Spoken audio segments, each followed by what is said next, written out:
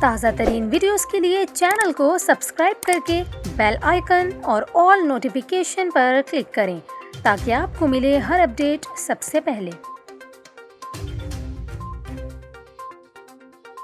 آپ کو اہم خبر دیں، سابق وزیر اعظم عمران خان شہباز گل کی عیادت کے لیے پمس ہسپتال پہنچے، لیکن وہاں انہیں اپنے قریبی ساتھی سے ملنے کی اجازت نہیں دی گئی، جس کے بعد پی ٹی آئی چیئرمین ہسپتال سے واپس روانہ ہو گئے۔ سابق وزیر اعظم عمران خان کا کہنا ہے کہ تصاویر اور ویڈیوز میں واضح ہے کہ شہباز گل کو ذہنی اور جسمانی طور پر تشدد کا نشانہ بنایا گیا۔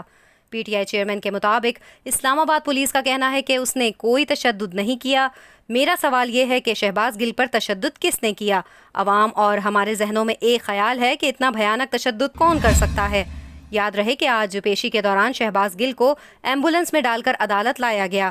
شہباز گل نے کہا کہ میرا ماسک چھین لیا گیا ہے، مجھ سے سانس نہیں لیا جا رہا۔ مناظر آپ کو اس وقت اسکرین پر دکھا رہے ہیں۔ پی ٹی آئی رہنما خدا کا واسطہ دے کر مسلسل ماسک مانگنے کی التجا کرتے رہے، لیکن انہیں نہیں دیا گیا۔